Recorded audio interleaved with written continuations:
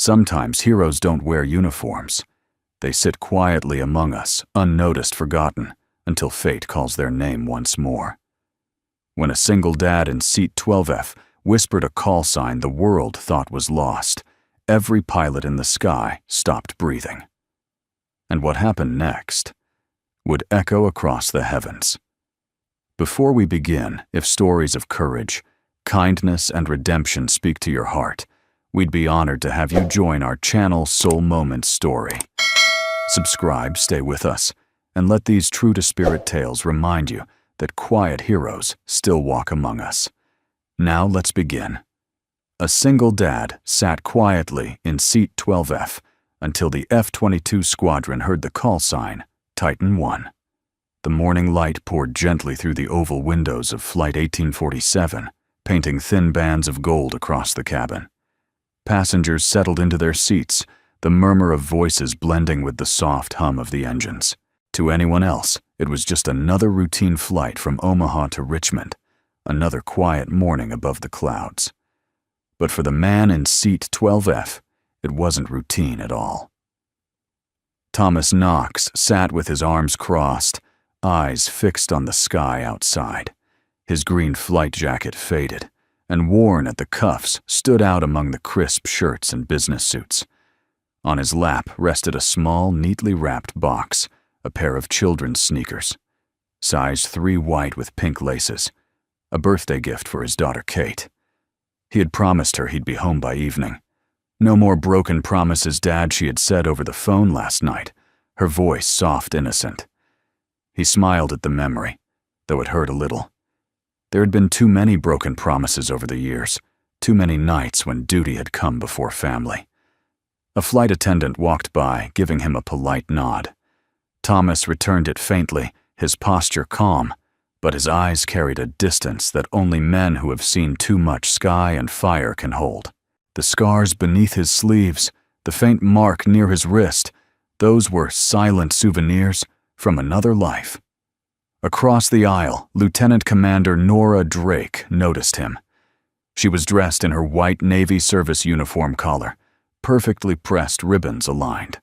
She had seen many men who served, she could tell by their bearing, by the way they carried silence like armor. There was something about this man, quiet, but grounded, like someone who used to give orders, others didn't question. As the plane began taxiing, Nora leaned slightly toward him. "Excuse me," she said with a gentle smile. "That insignia on your jacket, is that Air Rescue?" Thomas turned his head, his expression unreadable. "Used to be," he replied simply. His voice was calm, even carrying that steady confidence of someone who didn't need to explain more than a few words. Nora smiled politely, but her curiosity deepened. "Used to be," she repeated softly, glancing at the worn patch on his shoulder. "You don't see many of those anymore." Thomas nodded once, looking back out the window. "No," he said quietly. "You don't." The engines roared softly, the cabin shuddered, and the aircraft lifted from the runway, leaving the earth behind. The city shrank beneath them, a mosaic of rooftops and river veins fading into the morning haze. For a moment, Thomas closed his eyes. He wasn't on a passenger jet anymore. He was back inside a rescue helicopter, the air thick with smoke and static. The voice of his co-pilot echoed in his head. "Titan 1. We're losing altitude." And then came the flash, the sudden silence, and the impossible weight of guilt that had followed. He opened his eyes. The cabin was calm again. Just the murmur of conversation, the laughter of a child 2 rows up. Nora noticed the shift in his expression, that far-away look people get when ghosts come to visit. She hesitated, then said quietly, "I'm sorry if I overstepped. I didn't mean to bring up old memories." He glanced at her, his tone soft but final. "No harm done, ma'am. Memories tend to bring themselves up anyway." There was kindness in his words, and maybe a little fatigue. Nora nodded, sensing the boundary he'd drawn. Still, she couldn't help but wonder what kind of man carried that much silence in him, As the plane climbed through 30,000 feet, clouds stretched like endless white plains beneath them. Thomas loosened his arms and reached for the small box on his lap, brushing a thumb across the pink ribbon. Kate's laughter echoed faintly in his mind, the kind of laughter that used to fill the house before deployments, before the sky had turned into a reminder of everything he'd lost. 5 years since the mission. 5 years since Titan I disappeared from the Air Force roster. Officially, Thomas Knox had retired early due to injury. Unofficially, he had simply walked away. Now, all he wanted was a quiet life.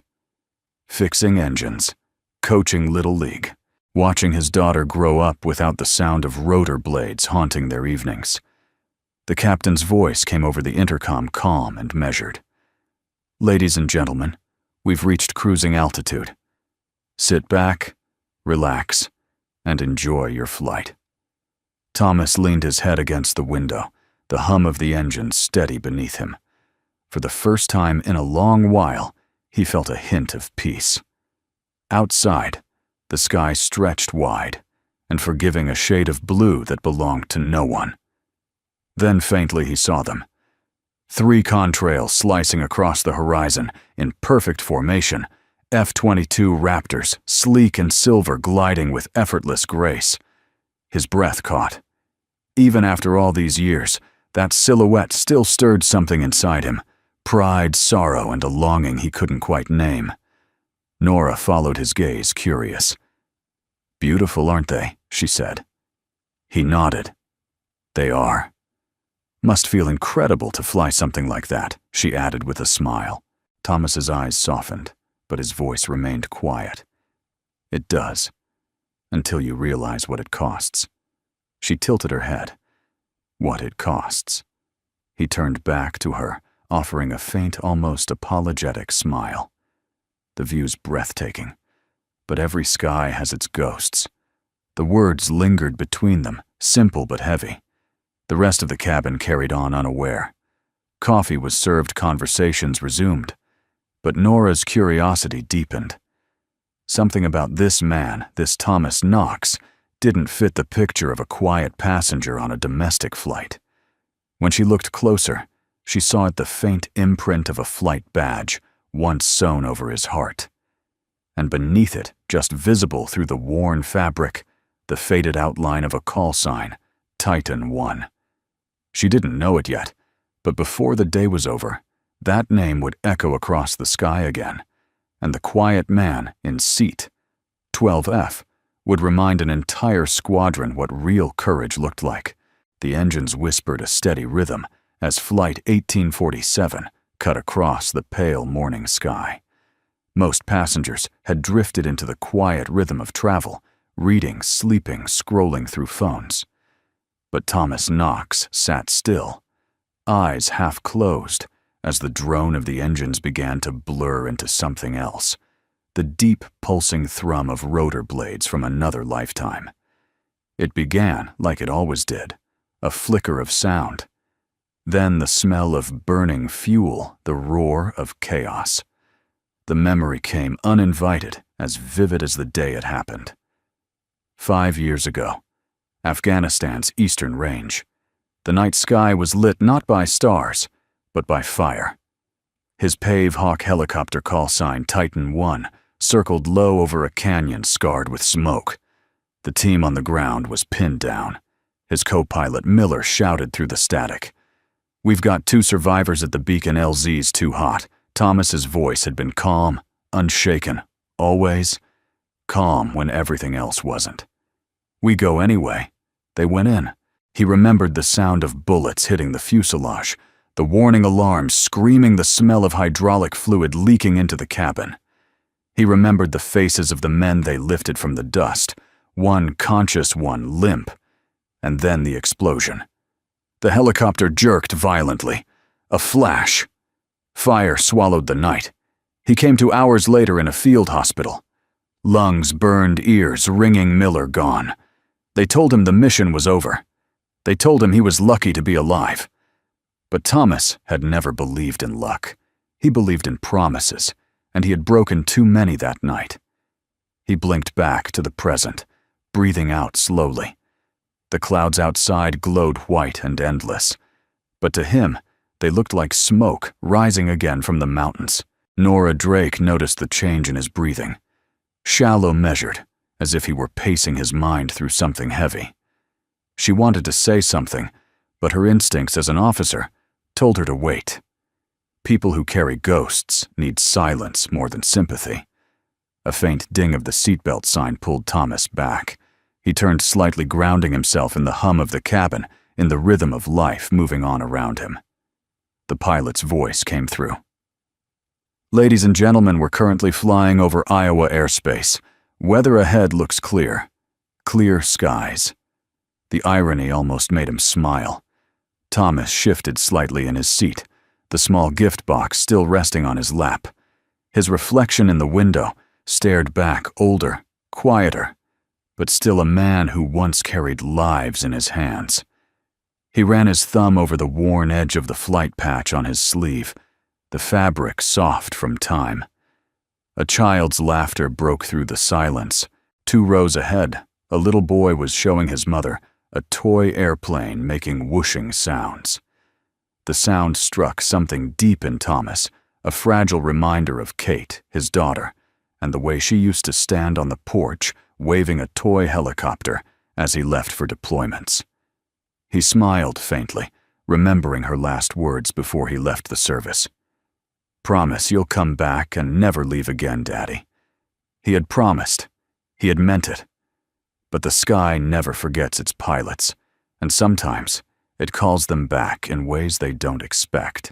"First time flying this route?" Nora's voice cut through his thoughts, warm but curious. He turned toward her, surprised by how easily she could read him. "First time in a long time," he said. "Business or family?" "Family," he answered. "My daughter's turning 8 tomorrow."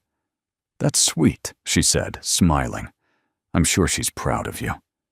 He hesitated, gaze dropping to his hands. "She's proud of the man she thinks I am," he murmured. Nora studied him, the way his eyes softened when he mentioned his daughter, and the hint of regret that came with it. There was a story in him, one that went deeper than uniform or duty. She looked out the window. "I grew up near a Navy base," she said quietly. "Half the kids in my class had parents who served. We used to watch the jets fly over and think they were invincible." Thomas smiled slightly. "They're not. None of us are." Nora nodded. "Maybe not. But the ones who fly still make the rest of us believe." He looked at her for a long moment, not because of her words, but because of how familiar that faith sounded. He used to have it too. Outside the window, 3 tiny specks glinted against the vast blue jets in formation far out, but unmistakable. Thomas's expression changed. His posture straightened almost imperceptibly, like a reflex he couldn't suppress. "F-22s," he said under his breath. Nora followed his gaze. "Training flight, probably," he replied, but his voice carried a weight she didn't understand.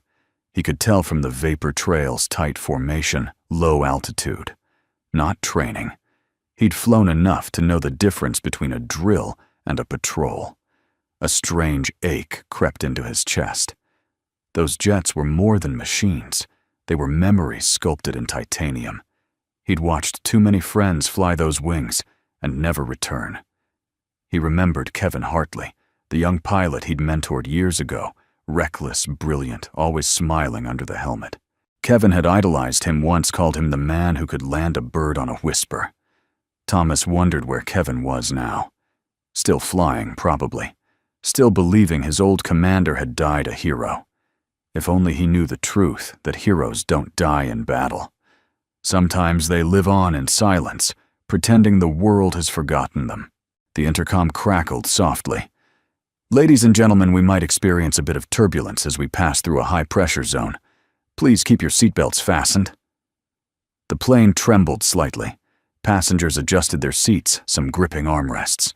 Thomas didn't move. He'd felt worse tremors in his bones. but Nora noticed how his eyes flicked upward, scanning the air vents, listening the instincts of a pilot waking beneath the calm surface. When the turbulence eased, she exhaled. "You handled that like a pro." He chuckled lightly, the sound brief. "Old habits." "You still miss it?" she asked. He considered his answer for a long time before speaking. "Flying," he shook his head. "No.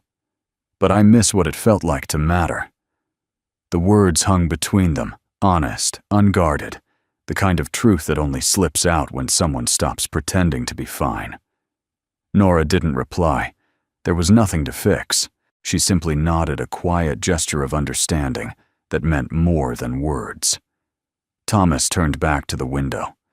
The F-22s were gone now, swallowed by the horizon, but their trails lingered, thin white scars across the blue, like memories that refused to fade. He looked down at the box on his lap again and whispered almost to himself, "Just one flight home. That's all I need." And for the first time that day, he allowed himself to hope that maybe the sky would stay quiet. But deep inside he felt it, that old, uneasy rhythm stirring again. The sky never stays quiet for long. The air at 30,000 feet had its own rhythm, a steady, invisible heartbeat that wrapped the cabin in calm. The passengers of Flight 1847 had settled into that quiet pulse, a baby sleeping against her mother's chest, an elderly couple sharing crossword clues, and a few business travelers hunched over laptops glowing pale blue. Thomas Knox, however, was wide awake. He could always feel when something was off in machines, in people, in the air itself. It was the kind of instinct that had once saved lives, honed over 1,000 flight hours above war zones, where silence could turn fatal in a breath.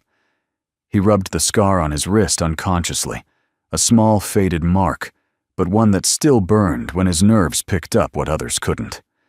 A low tremor ran through the floor, barely noticeable, the kind of shiver a normal passenger would have ignored.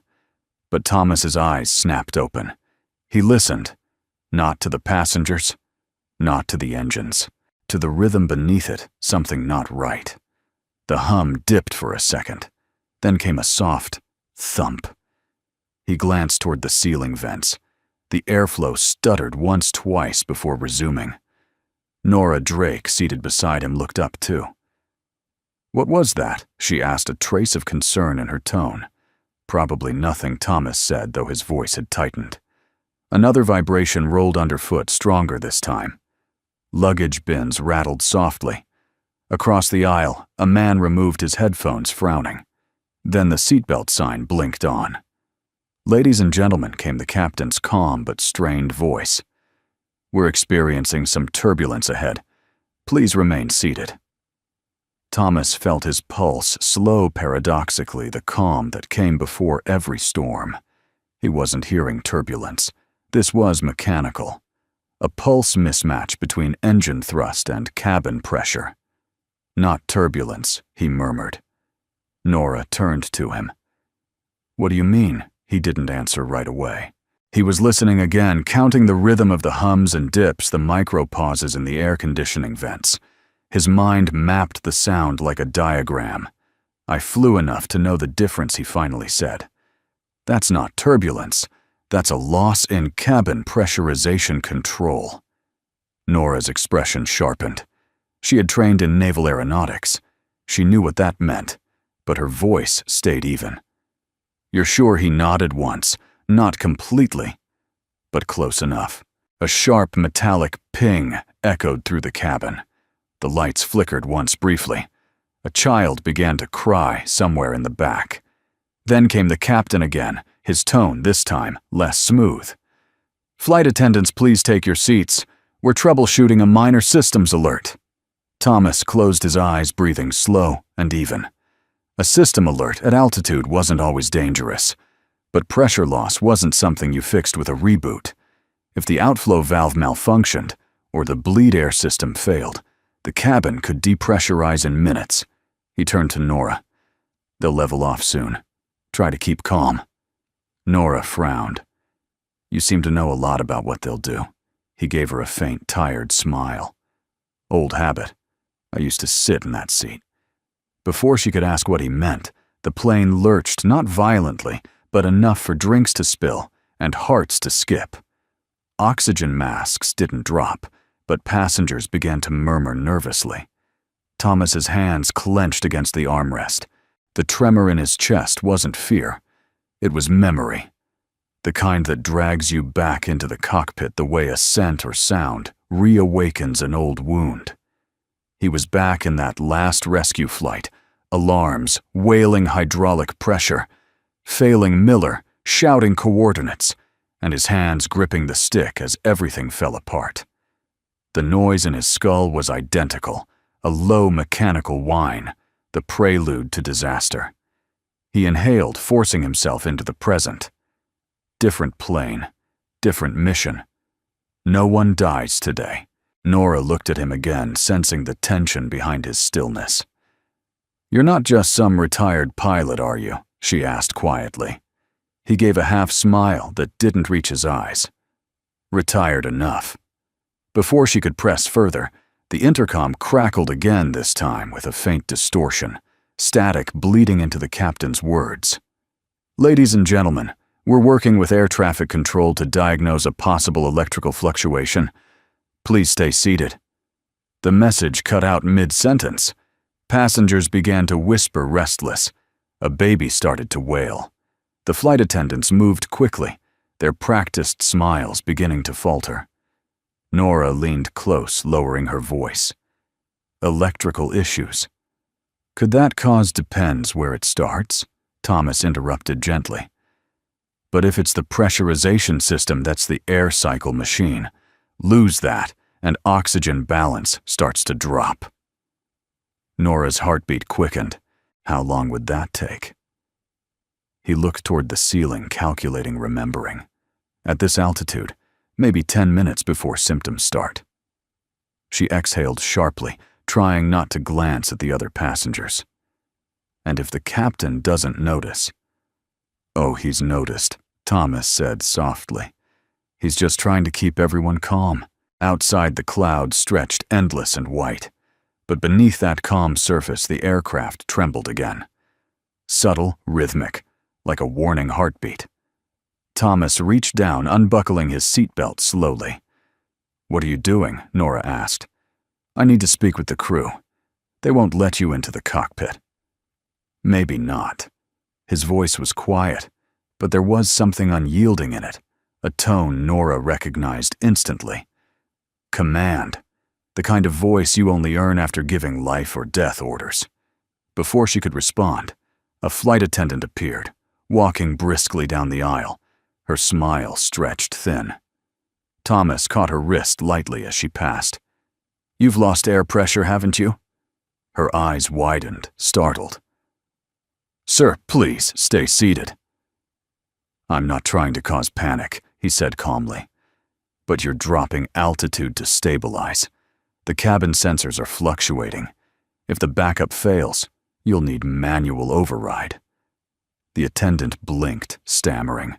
"How do you—" "Because I've flown through worse," he said simply. "Tell your captain to isolate the left bleed air system and cross-feed the right. It'll stabilize the airflow." For a moment she just stared, then almost involuntarily. She nodded and hurried forward. Nora turned to him, stunned. "You just gave flight instructions to the cockpit." He leaned back in his seat, eyes fixed out the window again. "They'll do what they think is best. But it doesn't hurt to remind them of what works." A few minutes passed. The tremor eased. The engines leveled. The seatbelt sign remained lit, but the murmuring faded into cautious silence. Thomas released a slow breath, the muscles in his shoulders finally easing. Nora studied him quietly. "Who are you really?" she asked. He didn't look at her. "No one special," he said. Then after a pause, "Just someone who's made mistakes he doesn't want repeated." Outside, the clouds began to thin, sunlight spilling across the wings like a benediction. But far ahead, beyond the haze, a faint gleam of silver appeared on the horizon. 3 dots moving fast. low in perfect formation. Nora saw them too. Training jets again. Thomas's jaw tightened. "No," he said softly. "That's an alert formation." Something cold settled in his chest, a feeling he hadn't known in years. Whatever was happening to Flight 1847, the sky had just decided it wasn't done with him yet. At 35,000 feet, the air was supposed to be silent, thin, steady, predictable. But in the control room of the North American Aerospace Defense Command, alarms shattered that silence. A red light blinked on a radar console. One blip was moving erratically. The transponder readout, United 1847.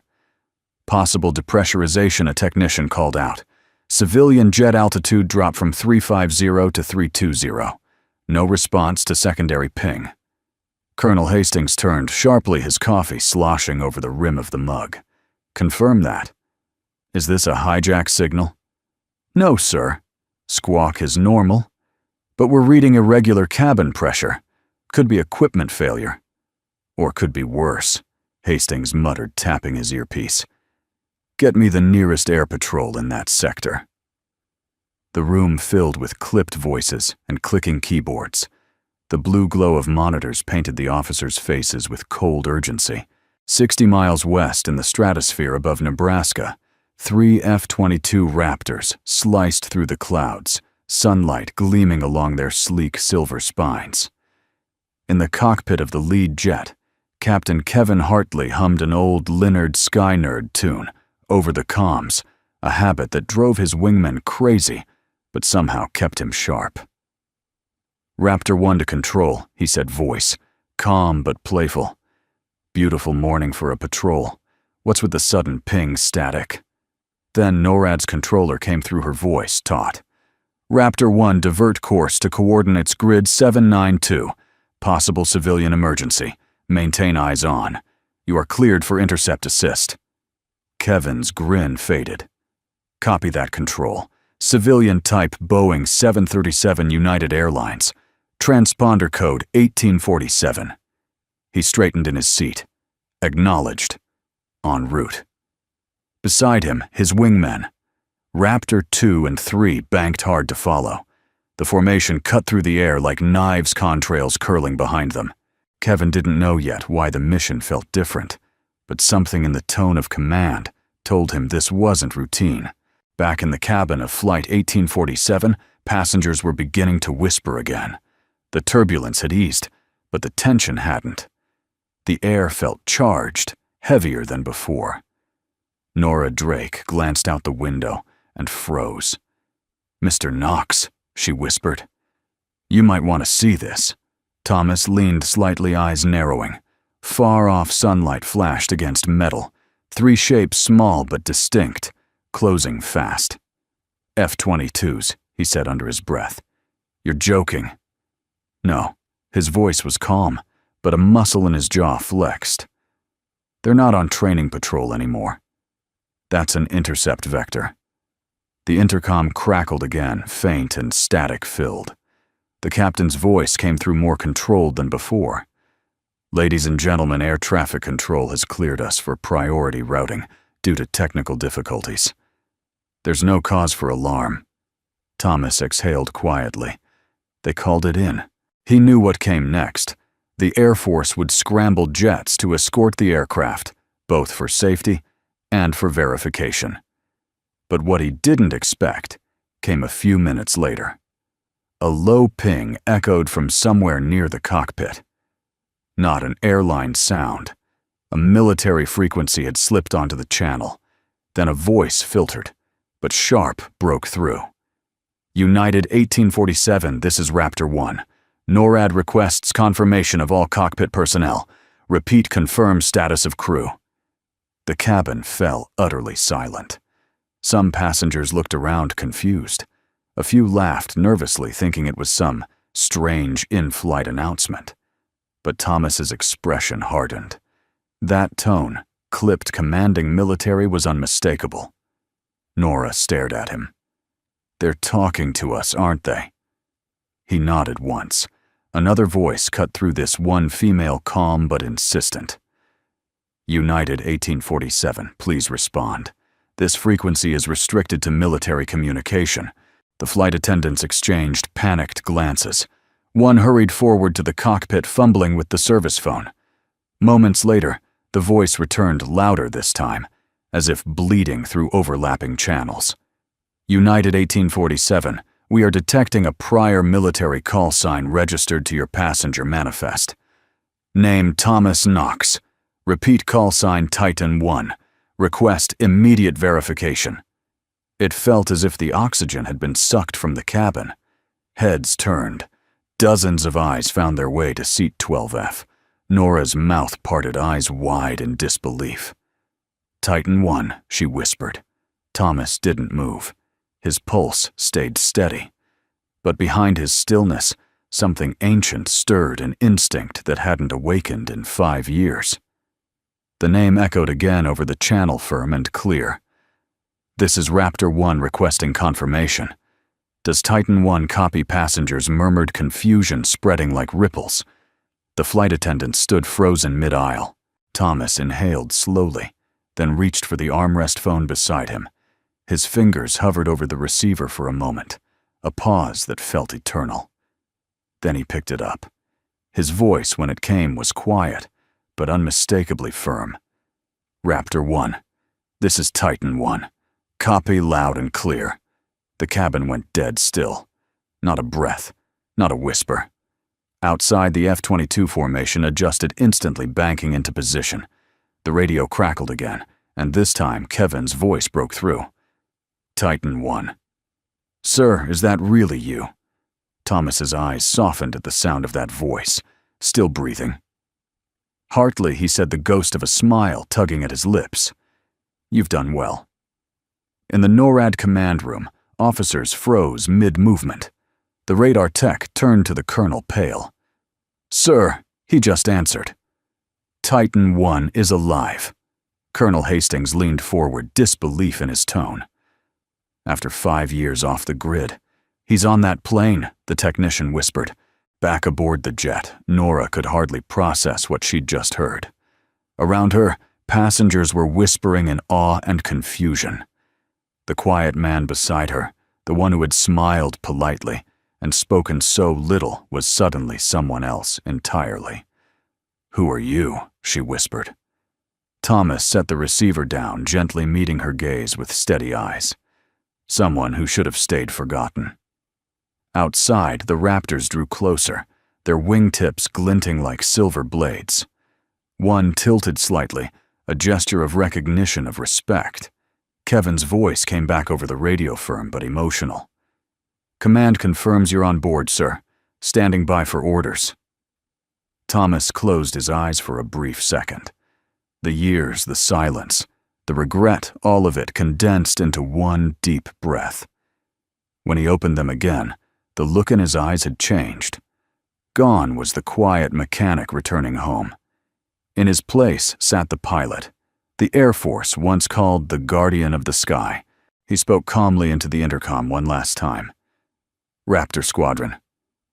This is Titan 1. Maintain formation. Let's bring everyone home. In the NORAD control room, the colonel's voice trembled as he gave the order to stand down, red alert. All units switched to escort protocol, the Guardians back in the sky. No one cheered. They just stared at the radar screen in reverent silence, as if the dead had spoken. And in seat 12F, Thomas Knox leaned back against the window, the weight of a name he'd buried returning to his chest, like an old medal he never wanted to wear again. The quiet sky outside seemed to hold its breath, waiting to see what Titan 1 would do next.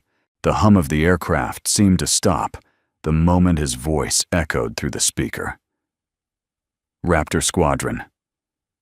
This is Titan 1. Copy loud and clear. It wasn't loud. It didn't need to be. It was the kind of voice that cut through the air with quiet authority, the voice of a man who had once commanded storms and men alike. Every head in the cabin turned toward seat 12F. Conversations halted mid-sentence. A baby stopped crying.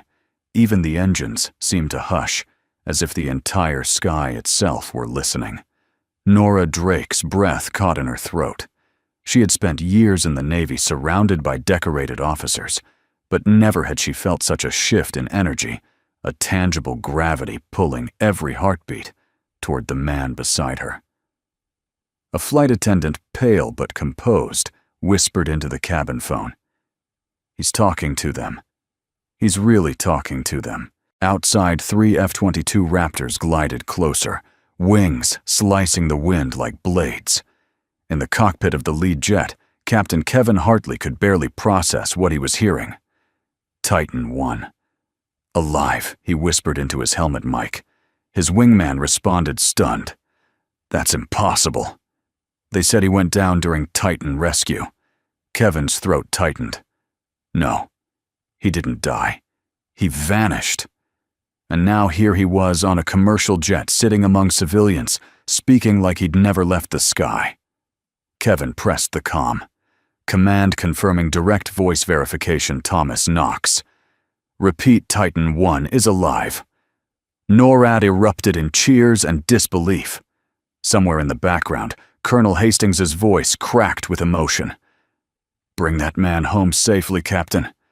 Do you understand he's family to every pilot who's ever worn wings? Back in the cabin, the captain's voice came over the intercom, nervous, unsteady. Folks, please remain calm.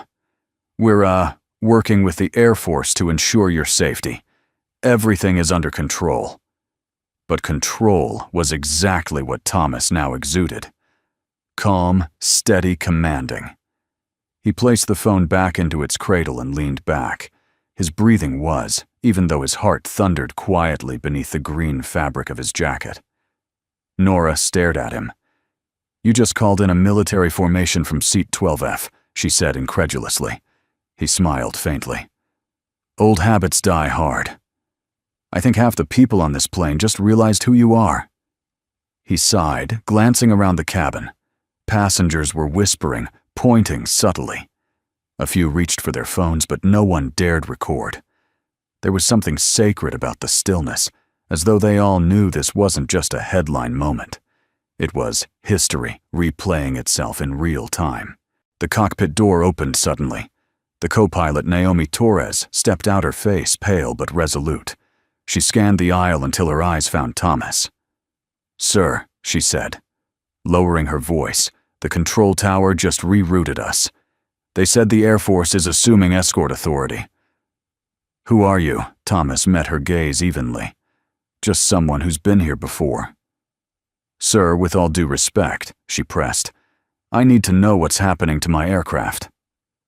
He rose slowly from his seat. Nora reached out instinctively. You shouldn't. It's all right, he said gently. Stay calm. When he stood, his presence seemed to fill the aisle not through size, but through an aura of purpose. Every eye followed him as he moved toward the cockpit, the hum of conversation dying again. Naomi stepped aside wordlessly as he entered the flight deck. The air inside was thick with tension, the smell of metal and electronics sharp. Warning lights blinked faintly on the panels. The captain's sweat beating at his temple looked up in confusion. Who the hell? Naomi interrupted softly. Sir, this is Thomas Knox. The Air Force just confirmed his call sign as Titan 1. The captain froze. Recognition flashed across his face. The Titan 1. The rescue commander, Thomas, didn't answer. He leaned forward instead, scanning the instruments like a man reading an old language. Your cabin pressure's still unstable. Outflow valves cycling erratically. You're compensating with altitude control smart, but it won't hold forever. The captain swallowed. You think it's a compressor issue? Thomas shook his head. No. The left bleed air line's oscillating. Crossfeed from the right engine. Manual override the system bypass auto-regulation. The captain blinked. That's exactly what Control just advised us to do. Thomas gave a faint, dry smile. They got that from me. Naomi stared at him as if seeing a ghost. You're that rescue pilot from the Titan mission, aren't you? The one who saved 7 men from the Valley crash. Thomas looked out the cockpit window, where the Raptors now flew parallel, their wings flashing in salute. His voice, when it came, was quiet. I didn't save enough.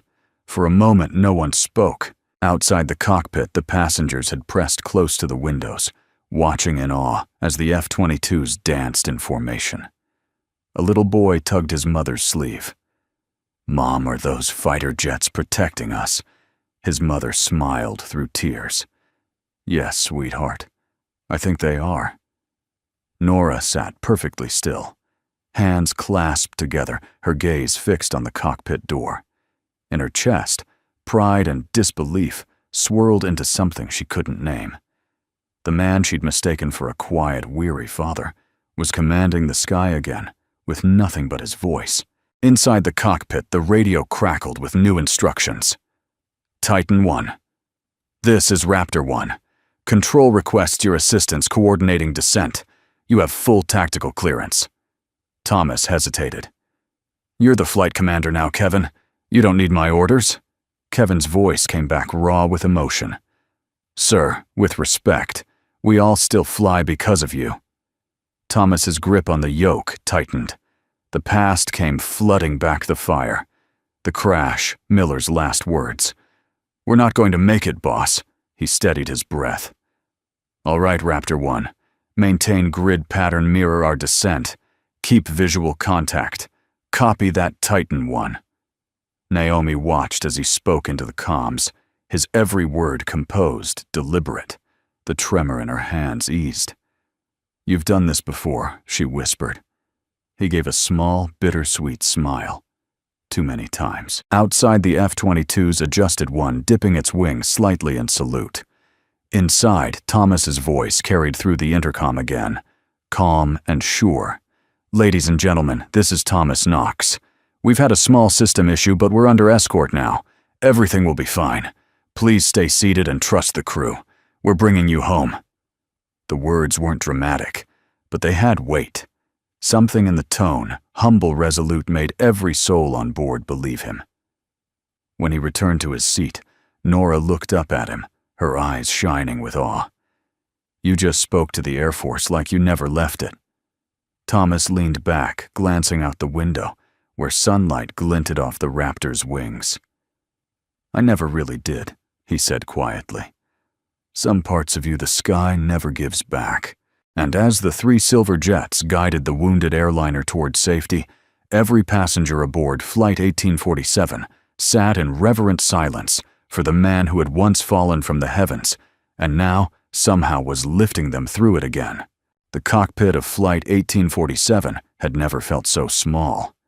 Red and amber indicators glowed along the overhead panel like quiet alarms. The hum of the engines trembled, not quite stable, not yet steady. Captain Ramirez wiped sweat from his brow, eyes darting between gauges. The pressure system was still fluctuating, oscillating between safe and critical limits. Crossfeed didn't hold. He muttered, panic creeping into his tone. "We've got another drop," before he could finish. A calm, measured voice filled the cockpit. "Let me see." Thomas Knox stood behind him, posture composed, but radiating quiet authority. Naomi Torres, the co-pilot, stepped aside instinctively. She'd flown under commanders, before men who barked, men who doubted, but this one didn't need volume. His stillness spoke louder than orders. Thomas leaned over the panel, scanning the controls, eyes narrowing as his hands hovered just above the console. His movements were confident, but never rushed, every motion deliberate, as though he were touching something sacred. "Your left bleed air valve's still cycling," he said. "Switch it to manual. Override the environmental control. Feed pressurization through the right intake." Captain Ramirez hesitated. "That's against regulation, sir." Thomas looked at him, and in that moment the air shifted. It was the kind of look that belonged to a man who had watched rules collapse under the weight of survival. "Regulations don't matter if no one's breathing," he said simply. Naomi reached for the toggle and flipped the switch. The hum changed. The air normalized, softer, even breathable. The cabin pressure leveled. Thomas exhaled. Good. Now maintain at 30,000. Don't fight the air. Work with it. Naomi's hands shook slightly as she adjusted the controls. Sir, are you where you Air Force Command? Thomas's eyes remained on the instruments. Rescue wing, he said quietly. Long time ago. The radio crackled, cutting through the tension. Raptor Squadron to United 1847. Titan 1, we've got you on visual. Altitude stable at 300. Permission to synchronize descent. Thomas reached for the mic before the captain could reply. His voice was calm, clear, professional, the kind of tone that turned chaos into order. Raptor Squadron, this is Titan 1. Copy your visual. Maintain lateral spacing. Confirm wind shear at lower altitudes. There was a pause. Then Kevin Hartley's voice came back steady but trembling slightly with awe. Roger, that Titan 1. Surface gusts out of the west 15 knots. You're right in the corridor. Guidance locked on you, sir. Thomas closed his eyes briefly, a small wry smile tugging at the corner of his mouth. Still talking like you're in training, Hartley. Kevin laughed softly through the comms, his voice carrying warmth through the static. Still learning from the best, sir. Naomi watched this exchange, her throat tight. She had no idea who this man truly was, but the way the Air Force pilot spoke to him said everything. Titan 1 wasn't just a name, it was legend. Back in the cabin, Nora Drake stared through the narrow window, heart pounding as she caught sight of the Raptors, flying wingtip to wingtip with the passenger jet. Their sleek silhouettes glinted under the sun, guardians of the sky. A murmur of awe rippled through the passengers. Someone whispered, "They're saluting him." Nora turned her head. "What did you say?" The fighters, a man near the window said, eyes wide. They tilted their wings, both of them like a salute. She looked out again. The lead F-22 had dipped its wing in perfect unison, with the other two a gesture subtle but unmistakable, a soldier's greeting reserved for commanders long gone or long honored. Her throat tightened. "My God," she murmured. "They're honoring him." In the cockpit, Thomas continued issuing instructions, voice even steady. Naomi reduced throttle 2%. Ramirez maintain glide angle 3 degrees. Trust the wind she'll carry us home if we don't fight her. Ramirez obeyed without argument. The aircraft responded gracefully like it recognized its new captain. Naomi stared at Thomas, her voice hushed. "How do you know it'll hold?" Thomas glanced at her, and for the first time a glint of warmth touched his expression. "Because machines speak when you listen. Most people just hear noise." The radio chimed again. "Titan 1, this is Raptor 2. Crosswinds reported near the Offutt corridor. Recommend early alignment." Thomas pressed the button. Acknowledged Raptor 2. "Maintain escort pattern. You've got good spacing." Kevin's voice came back over the comms, quieter now. "Sir, the squadron's honored to have you back on the channel." Thomas didn't respond immediately. His eyes softened. "It's good to be flying with you again, son," he said at last. "But I'm not back, just passing through." A pause. Then Kevin replied, voice tight with emotion. "Copy that, Titan 1. We'll follow your lead." Naomi swallowed hard. "Who are you?" she asked again, barely above a whisper. Thomas didn't answer. He just gazed through the windshield at the formation gliding beside them, the sunlight catching on the F-22's canopy. Then he said softly, more to himself than anyone else, just a man who couldn't keep a promise once, trying to make good on another. In the passenger cabin, the tension melted into reverent silence. People were praying quietly, holding hands, or simply staring out at the escorts that shimmered like angels in the light. Nora watched the silhouette of Thomas through the half-open cockpit door, his broad shoulders steady his movements. "Sure," she whispered under her breath. "He's not just flying this plane, he's holding everyone together." The clouds thinned as they began their descent. Below the faint outline of Offutt Air Force Base appeared long runways gleaming like ribbons of steel. Kevin's voice came over the comms once more. Titan 1 surface. Control confirms runway. 3-2 clear. Wind cross, drift 15 left. Thomas adjusted the mic. Copy Raptor 1. Maintain escort to touchdown. Once we're down, peel right and circle back for clearance. Understood. Naomi looked at him. Sir, will they land with us? Thomas shook his head. No. They'll watch us land. That's enough. The plane dipped slightly, entering final approach. The F-22s stayed perfectly aligned, protective, reverent. Thomas turned to Ramirez and Naomi. You've got this from here. Steady hands, both of you. Just remember, trust the air. Naomi's fingers trembled as she took the yoke. What if we lose balance? Then you let go of fear, he said quietly. Fear's heavier than gravity. She blinked back, tears nodding. Aye, sir. Thomas gave her a brief approving nod, then stepped back, eyes fixed on the window. Outside, the Raptors tilted one last time, their formation a silent promise. We're with you.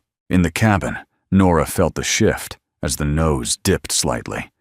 She clasped her hands together, whispering a prayer she hadn't said since her academy days. The woman beside her wept quietly. And then, through the trembling air, came Thomas's voice once more, not over radio, but through the intercom, steady and calm.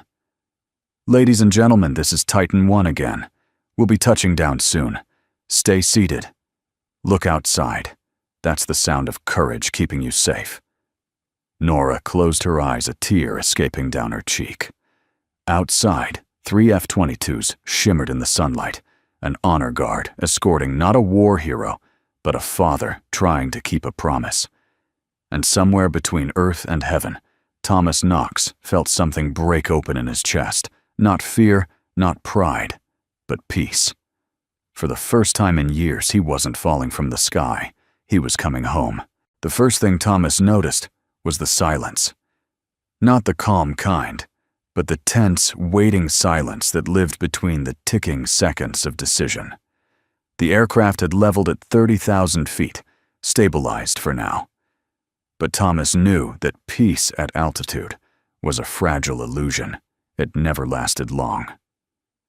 He stood behind the captain and first officer, hands braced lightly against the back of their seats. Outside the windshield, the horizon glowed a dull silver. The F-22s still flew beside them, their wings gleaming like watchful sentinels. Naomi Torres glanced over her shoulder. We're holding altitude, but cabin pressure is dropping again, slowly this time.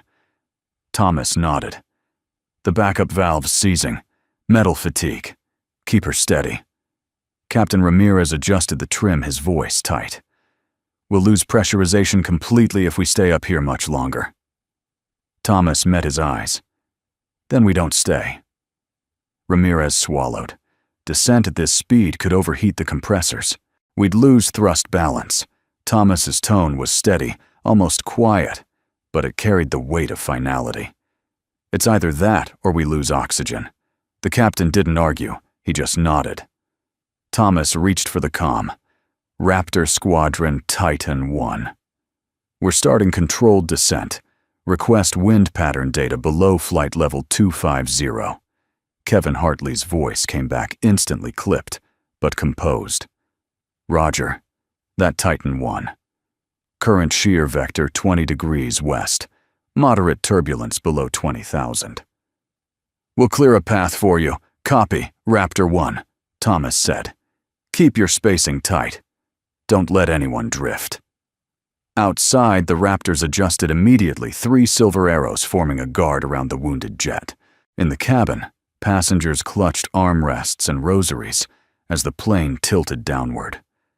The faint whine of descent filled the air. Nora Drake's hands trembled slightly on her lap, but her eyes were calm. She'd seen battle before, but this was different. This wasn't about orders or ranks. It was about faith. The man in seat 12F, once a quiet stranger, was now standing at the heart of the storm, holding their fragile world together with nothing but his voice. A middle-aged woman beside her whispered, "Who is he?" Nora smiled faintly, her voice thick with emotion. "Someone who never forgot how to fly." Back in the cockpit, Thomas leaned toward Naomi. "Ease the nose 5 degrees. Keep her glide clean. Trust the wind to do the work." Naomi nodded, her hands moving with precision. 3 degrees down angle. Glide steady at 250 knots. Thomas smiled faintly. "Good. Let the air catch you. Don't fight it."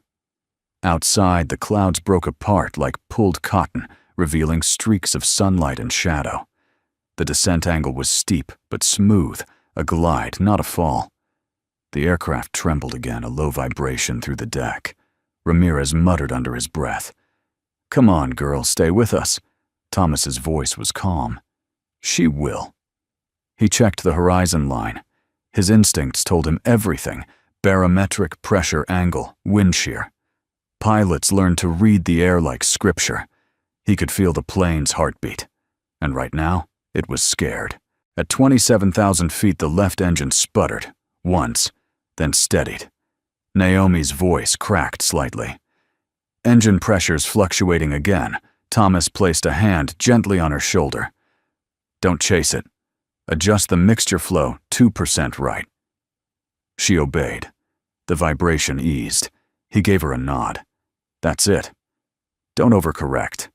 Fear makes pilots heavy-handed. Let the machine breathe." Naomi blinked away tears, not of fear, but awe. The way he spoke to the plane was the way a father might speak to a frightened child. Kevin's voice returned through the radio. "Titan 1, Raptor 1. We've got eyes on Offutt Air Base, 10 miles out. Runway clear. Wind shear decreasing." Thomas looked out the windshield, seeing the glint of the base through thinning clouds. He'd landed there once years ago after his last mission. Back when the name Titan 1 still meant something. "Copy, Raptor 1, he said softly. "Maintain escort until final approach." "Roger that, sir." A flicker of static filled the cabin speakers. Then faintly, the passengers heard Kevin's voice. "To all souls aboard United 1847, you're flying under the protection of Titan 1. You're going to make it home." The words spread like warmth through the cabin. Some people gasped. Others began to cry quietly. Nora closed her eyes, whispering to herself, "He's not just saving them. He's saving himself." The aircraft descended through 20,000 feet. The air thickened. The pressure system struggled, but held. Naomi's voice trembled. "We're entering turbulence band." Thomas's jaw tightened. "Keep her nose level. Follow my lead." The plane shook violently, the cabin rattling. Oxygen masks quivered in their housings. People screamed a sharp collective cry that filled the fuselage. Thomas didn't flinch. His hands rested on the back of Naomi's seat, his voice cutting through the chaos with calm precision. 30-degree roll. Counter with rudder. Don't fight it. Let the wind pass through you. She followed his orders, muscles taut, breath ragged. The plane dipped once, twice, then steadied. The turbulence eased. The sudden stillness was deafening. Naomi turned to him, disbelief in her eyes. "How did you?" He smiled faintly. "I've been through worse weather." In the cabin, the passengers erupted in applause. Some were laughing through tears, others praying aloud. Nora felt something shift inside her, a quiet awe. It wasn't about heroism or uniform anymore. It was about grace under fire, about what it meant to hold hope when everything else shook. Through the small cockpit window, she caught sight of the F-22s again, now flying in perfect formation, the sunlight glinting off their wings like halos. She pressed a hand to her heart. "They're guiding us home." Inside the cockpit, Thomas exhaled, his voice low but resolute. "Prepare for landing checklist. We've got 10 miles to ground." Naomi read the sequence through trembling breath. Flaps 20. Gear armed. Spoilers set. Thomas nodded. Perfect. Keep your hands light. Outside, Kevin's voice came once more, this time soft, reverent. Titan 1. You still sound like you're teaching cadets. Thomas smiled to the corners of his eyes, softening. That's all any of us ever do, Hartley. Teach someone how to land what they love. Kevin's voice broke slightly. Roger that, sir. As the runway grew closer, Thomas placed a steadying hand on Naomi's shoulder. When we touch down, remember landing isn't about control. It's about trust. Naomi nodded, eyes wet. Yes, sir. The clouds peeled away, revealing the silver stretch of Offutt's runway, glinting in the afternoon sun. All right, Thomas murmured. Let's go home. And as Flight 1847 descended with its guardian escorts on either side, the passengers held their breath, not out of fear, but reverence. Somewhere deep in the sky's blue heart, a legend had awakened again. The clouds opened like a curtain as Flight 1847 broke through the last layer of gray. Below, the Nebraska plains spread wide and bright in the afternoon sun, and at their heart lay Offutt Air Force Base, its runways glinting like twin silver rivers. From the cockpit, Thomas Knox could see it, the familiar sprawl of hangars, the control tower rising like a sentinel. For a moment, time folded back. He was 30 again, helmet under his arm, walking across that same tarmac with the insignia of Titan 1 stitched proudly to his chest. Now he was returning not as a pilot, but as a father, and as the man who had tried for years to bury the sky within him. Naomi Torres sat at the controls, her palms slick but steady. The cabin's air felt charged, heavy with the kind of silence that holds both terror and faith. We're on final approach, she said, voice trembling. Thomas nodded. You've got this. Keep her nose level. Trust the downdraft. Captain Ramirez glanced over. Winds are picking up.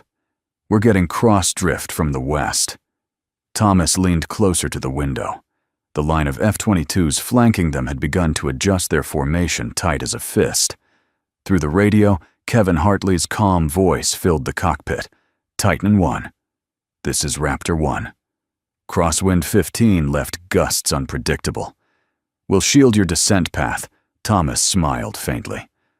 Roger, that Raptor 1. Copy and appreciate the company. The Raptors shifted, sliding in close their wings, forming a mirrored arc beside the trembling jet, their presence both fierce and comforting. In the cabin, Nora Drake felt her stomach lift as the aircraft began its final descent. The pressure made her ears pop, but she hardly noticed. Through the window, she saw the fighter jets glinting in sunlight, one on each side, one above, forming what looked like a cross of silver light. People whispered prayers. Someone started to cry softly. A little girl clutched her mother's hand and whispered, "Mommy, are they angels?" Her mother smiled through tears. "Yes, sweetheart, the kind that fly fast." Nora pressed her hand against the glass. She had flown as a naval officer, but never had she seen anything like this. 3 Raptors saluting a civilian jet, it was unheard of. And yet, here it was, written across the sky for anyone brave enough to look. In the cockpit, Naomi's voice was tight. "We're drifting left." Thomas placed his hand lightly on her shoulder. "Don't fight. The wind feel it. Let it carry you where it wants, then guide it back." She adjusted her breath, unsteady. "I'm trying." "You're not trying," he corrected gently. "You're flying." Naomi exhaled slowly, and the aircraft responded like a living thing, easing its tension. Thomas reached forward, eyes flicking between gauges. "Speed 145 knots. Good. Keep descent rate steady. Flaps 30. Gear down." A deep metallic groan filled the cabin as the landing gear deployed. The thud reverberated through the fuselage. 3 green lights, Ramirez confirmed. Gear locked. Thomas nodded. All right. Stay on course. You've got 1 mile to threshold. On the runway, fire trucks and emergency crews lined up in neat rows, their lights spinning, but sirens silent. Soldiers stood outside hangars, shielding their eyes against the glare. Word had spread through the base in minutes. Titan I was on that plane. Colonel Hastings stood at the edge of the tarmac headset, pressed to his ear. "They're coming in now," he murmured.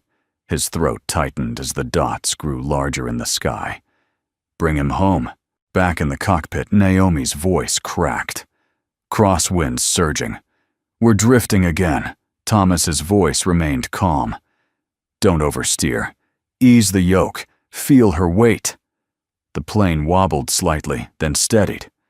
Outside, the Raptors tilted one braking formation to sweep ahead, cutting through the gust and relaying real-time air data back to them. Raptor 1 to Titan. Kevin's voice came through the static. Wind stabilized. "You're clear for glide path." Thomas's voice softened. "Copy that." "You've done good, son. Always, sir." The runway filled the windshield, now long black and waiting. Naomi's breath came in shallow bursts. Thomas could feel the tension in her every movement, her heartbeat thrumming through the controls. "All right," he said quietly. "Bring her in gentle." "No heroics. I'm scared," Naomi whispered. Thomas smiled faintly. "Good. Fear means you still care." The wheels screamed as they touched the tarmac, a violent jolt that shook every bone in the cabin. For half a second, it felt like the ground was fighting back. The wings wobbled. Alarms flickered red. "Hold her straight," Thomas barked. Naomi pulled. Ramirez braced. The plane bucked. Once, then leveled, sliding down the runway in a roar of smoke and wind. The passengers gasped as the motion steadied. Some began to clap. Others were too stunned to move. "Reverse thrust," Ramirez shouted. The engines thundered backward, the plane's slowing tires shrieking against the concrete. "Speed dropping," Naomi said, voice breaking with relief. 120 knots, 80, 60, and then silence. The plane rolled to a gentle stop. Thomas exhaled. "Good work," he said softly. "You brought them home." Naomi's hands fell from the controls, shaking uncontrollably. Tears slipped down her cheeks. "I didn't bring them home," she whispered. "You did." He shook his head. "No, we did." Outside, the F-22s dipped their wings in unison before banking upward, engines howling like thunder.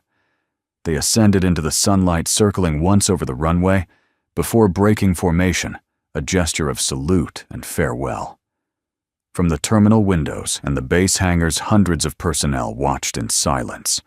Colonel Hastings lowered his binoculars, his voice hoarse. "They're down." Titan I brought her down. The control tower broke into applause. Across the base, men and women who had served under his name, or simply heard the legend, stood straighter. Inside the cabin, the passengers erupted. Applause, sobs, laughter. Strangers hugged one another. A woman kissed the floor. Nora Drake rose slowly, her heart pounding. She looked toward the cockpit where Thomas Knox still stood. Shoulders squared, expression, calm, a faint trace of humility in his eyes. He stepped back into the aisle, the sunlight from the open door haloing him in gold.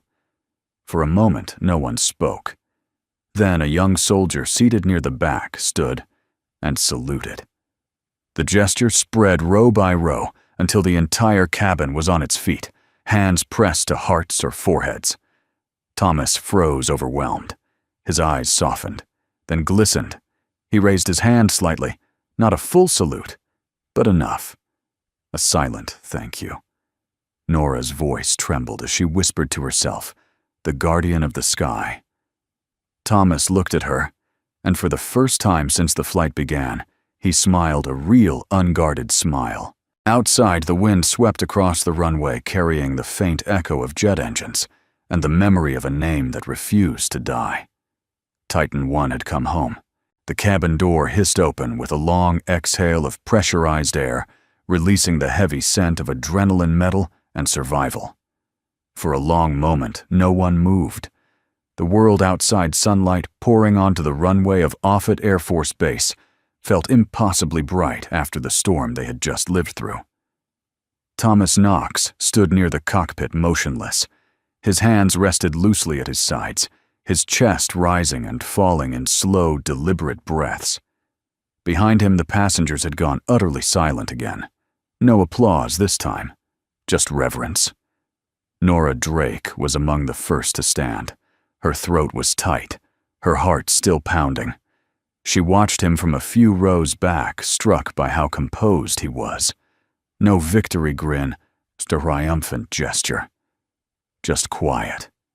Because that's who he was, the man who saved lives without asking for witness.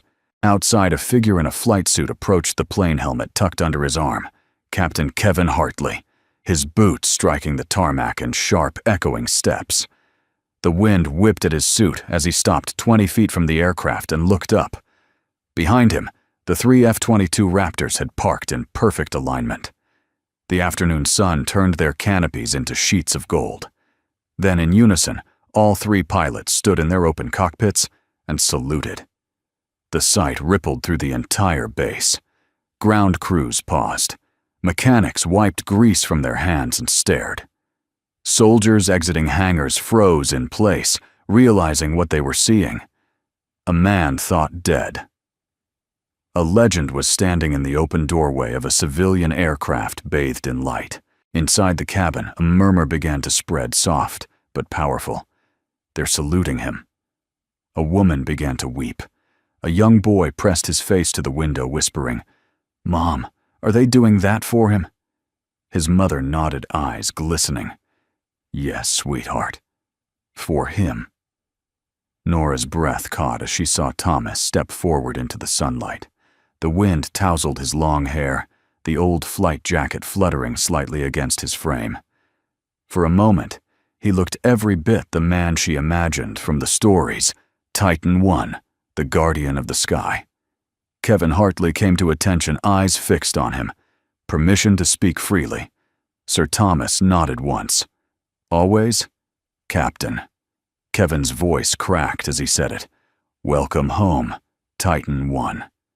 The words carried across the runway, caught by the wind, amplified by silence itself. Thomas's jaw tightened. His throat worked, but no sound came. Instead, he raised a single hand, not a grand gesture, just a quiet acknowledgement.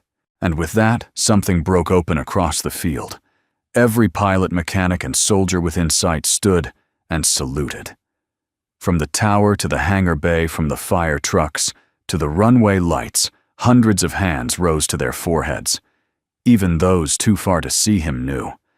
The legend had returned. Nora stepped down from the plane, her heels clanging softly against the metal stairs. The sunlight hit her face, blinding for a second. As her eyes adjusted, she saw the line of saluting officers and the man at the center of it all. Thomas, standing still, his gaze fixed on the horizon, as if he could still hear the hum of rotors somewhere beyond the clouds. She approached him slowly. "They're waiting for you to say something," she whispered. He shook his head.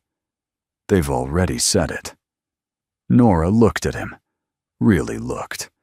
The wrinkles at the corners of his eyes, the scars along his hands, the calm dignity that comes from men who've stopped needing medals. "Then say it for yourself," she said softly.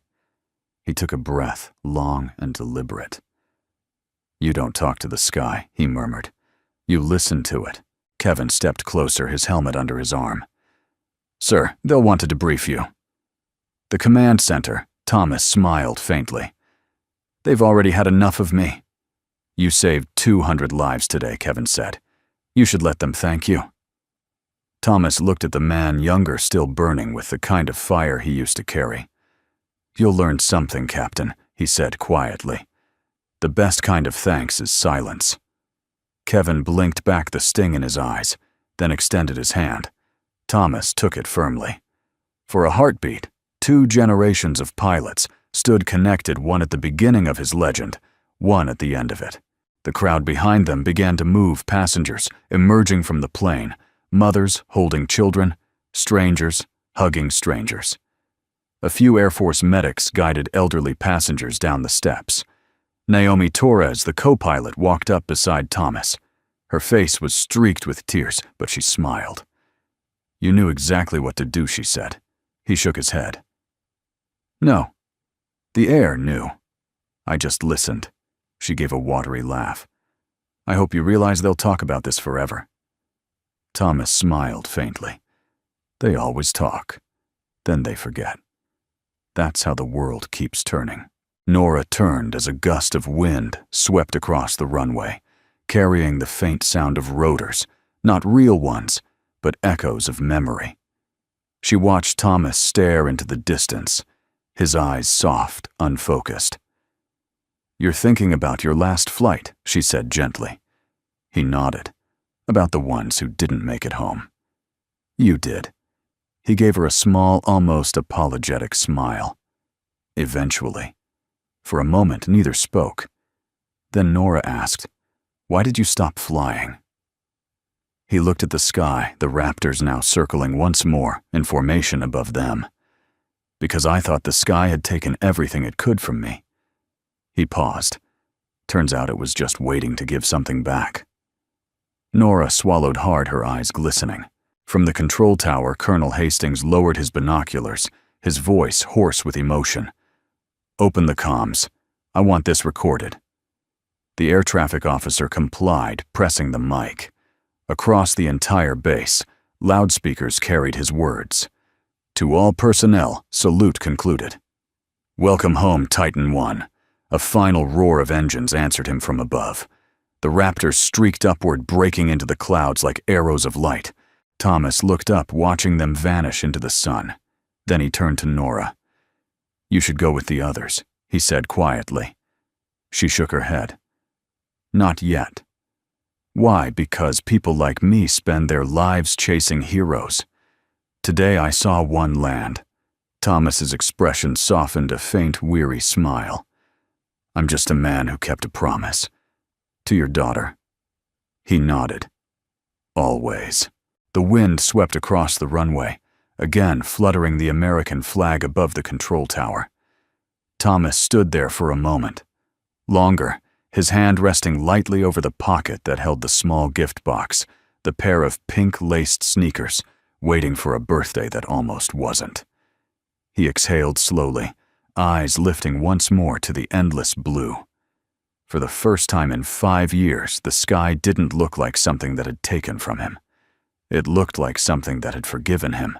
The sun was sinking over Offutt Air Force Base, turning the hangars to gold and the tarmac to bronze. The last of the passengers were escorted through the terminal, still dazed. Some clutching their belongings, as though they had carried them through a dream. Paramedics offered water bottles. Officers collected names. Reporters begged for quotes. But through all the noise, one man moved unseen. Thomas Knox, quietly descending the metal stairs from Flight 1847 with a small paper box in his hand. He wore no uniform, no insignia now. Just the same faded jacket creased from years of silence. Nora Drake followed him at a distance, her steps slow, hesitant, her own white navy blouse streaked with dust. The last hour had been a blur, the landing, the salute, the sudden rush of people trying to shake his hand. But he had accepted none of it. He had simply said, "Everyone made it home." That's all that matters. Now he walked across the runway, as if the earth itself were exhaling beneath his boots. The evening wind swept through the fields, carrying the faint metallic scent of jet fuel and the ghostly hum of the F-22s fading into the horizon. Thomas Nora called softly. He stopped but didn't turn. "They'll want statements," he said, his voice even distant. "They'll make it sound bigger than it was." "It was big," she replied, catching up to him. "You saved a plane full of people." He shook his head. "The crew saved them. I just remembered how to listen." They walked in silence for a while, the crunch of gravel underfoot filling the spaces words couldn't reach. A convoy of emergency vehicles passed behind them, flashing red against the growing dusk. Somewhere nearby, a young mechanic shouted orders, his voice carrying through the wind, a reminder that life on the base moved on, no matter what legends had just landed. At the edge of the field stood a chain-link gate, leading to the civilian road beyond. Thomas paused there, resting his hand on the metal. On the other side, ordinary life waited cars, streetlights, people heading home. The world of uniforms and salutes ended here. Nora stood beside him. "You could stay," she said quietly. "Command would take you back in a heartbeat." He smiled faintly. "The sky and I made peace today. I don't need to own it again." She tilted her head, studying him. "You know, they'll write about this. The lost guardian returns. You'll be a symbol again." He looked at her eyes, tired but kind. "Symbols don't raise children, Lieutenant." That stopped her. She had seen commanders, heroes, men who would have killed for the kind of reverence now surrounding him. But Thomas Knox wanted none of it. He was walking towards something smaller and far more sacred. Colonel Hastings approached from behind, his voice gravelly with age. "Knox," he called. Thomas turned. The older man's eyes glistened. 5 years we thought you were gone. When the reports came in from Afghanistan, I told the squadron to fly with your call sign for a month in your honor. We never stopped saying your name." Thomas nodded once. "I heard it. You're not just a pilot's son. You're a piece of history." Thomas stepped closer, placing a weathered hand on the colonel's shoulder. "Then let me leave history right where it belongs, on the runway." Hastings's jaw trembled. He saluted, a sharp, perfect gesture, and Thomas returned it, slow and deliberate, a quiet circle closing between them. When the colonel lowered his hand, his voice broke. "Where will you go?" Thomas smiled softly. "Home." He turned and continued walking. Nora followed him to the gate. Beyond it, the highway stretched west, glowing under the dying light. "You know," she said, "there's something strange about you." He chuckled quietly. "Only something.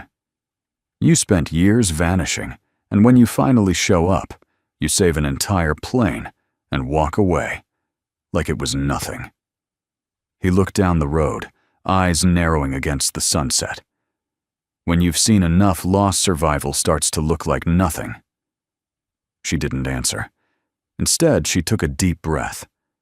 "Thank you for letting me see what real courage looks like." Thomas turned to her, his expression softening. "Courage isn't loud, Nora. It's quiet. It's the sound of someone doing what's right when no one's watching." She smiled faintly. "Then you're the quietest man I've ever met. And you're one of the few who noticed." The wind tugged at his hair. Somewhere far off, a jet engine rumbled, not his anymore, but someone else's turn. "Goodbye, Lieutenant," he said. "Goodbye, Titan 1. He gave her one last nod, then pushed the gate open. The metal creaked. With that simple sound, the chapter of the sky closed behind him. An hour later, as twilight deepened, a lone pickup truck moved slowly along the country road leading out of the base. Thomas drove with one hand on the wheel, the other resting on the small paper box on the seat beside him. The radio played a soft country song about homecomings and promises kept. He didn't sing along. He didn't need to. The world outside blurred past cornfields, distant lights, the first stars appearing over the horizon.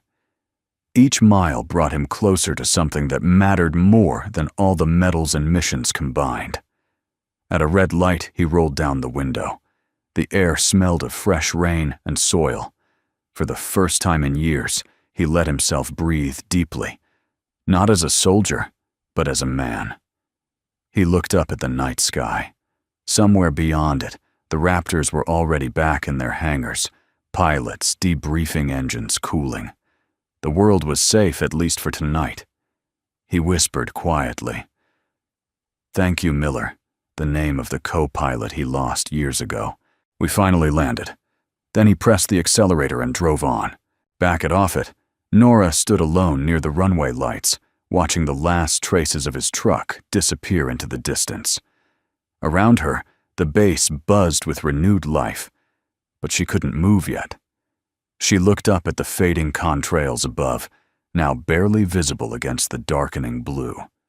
"Fly safe, Titan I," she whispered. In the distance, one last glint of light streaked across the horizon, maybe a jet, maybe just the reflection of sunset. Either way, it felt like a promise kept. And as the flag over the airfield snapped softly in the evening wind, the legend of Titan I settled back into silence, no longer lost, no longer haunted, just homeward, bound.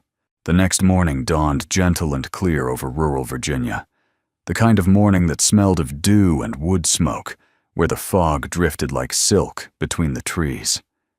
In a small neighborhood just off a quiet county road, the world was waking up, sprinklers ticking, a dog barking in the distance, and a child's laughter echoing faintly from somewhere down the lane. A dusty pickup truck turned slowly into a gravel driveway, tires crunching against the stones.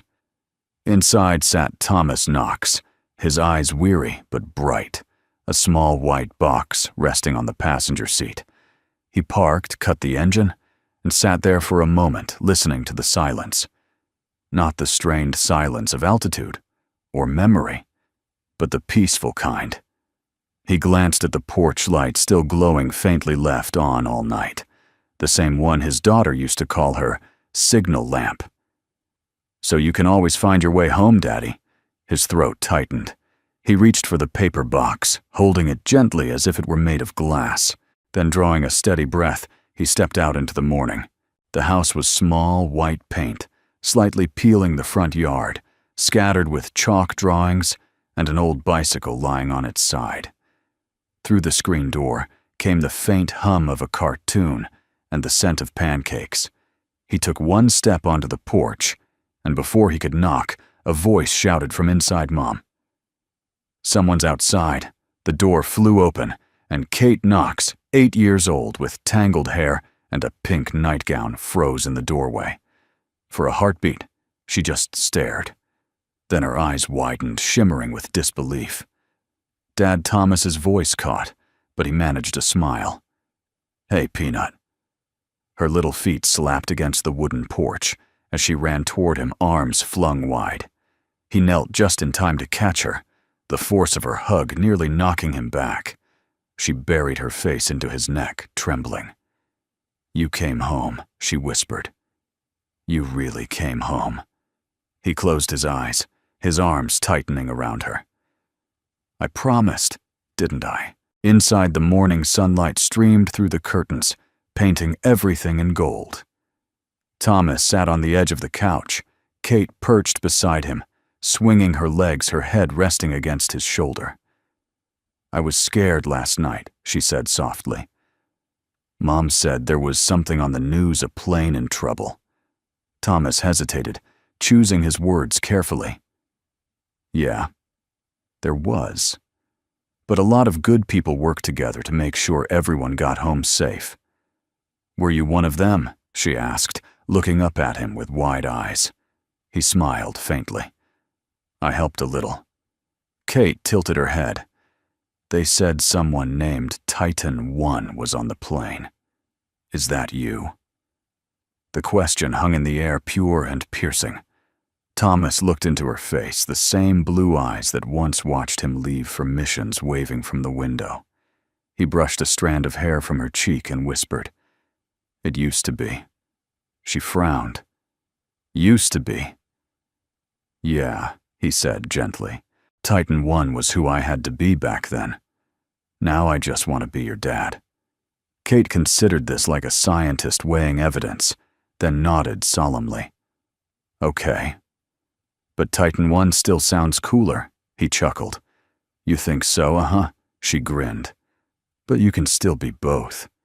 His smile faded into something deeper, gratitude, peace. "Maybe I can," he said quietly. They spent the next hour making pancakes, Kate insisting she'd flip them herself, him pretending not to notice when half the batter hit the floor. The kitchen filled with laughter and the smell of syrup, and for the first time in years, Thomas's hands weren't trembling from ghosts or adrenaline. They were steady, the hands of a father, not a soldier. When the dishes were done, Kate ran to her backpack and returned holding a wrinkled drawing a stick figure in a pilot's helmet, holding hands with a smaller one in a pink dress. Above them were 3 tiny planes drawn like silver birds. "It's you," she said proudly. "And me. I made it for your birthday." He smiled, tracing the lines with his finger. "It's perfect." Then he remembered. "Hey, I have something for you too." He picked up the small white box, the one that had crossed the sky with him through fire and fear. "I got these before the flight." Kate opened it, slowly gasping when she saw the pink and white sneakers inside.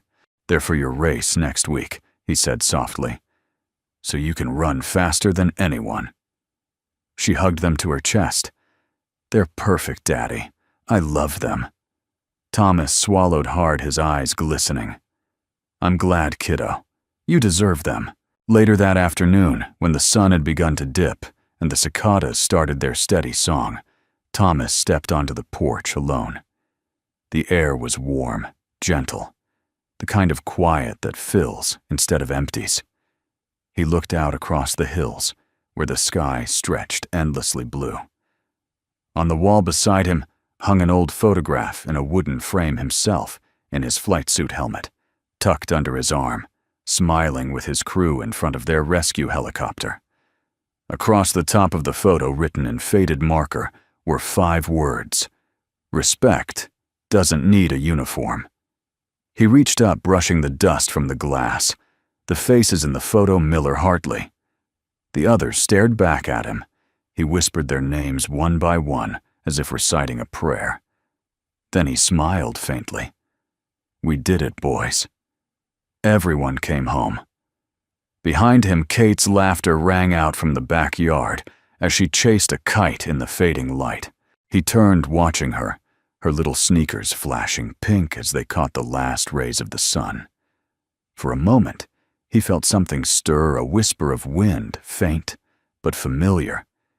The same wind that had once carried him through chaos now brushed softly past his cheek, almost like a benediction.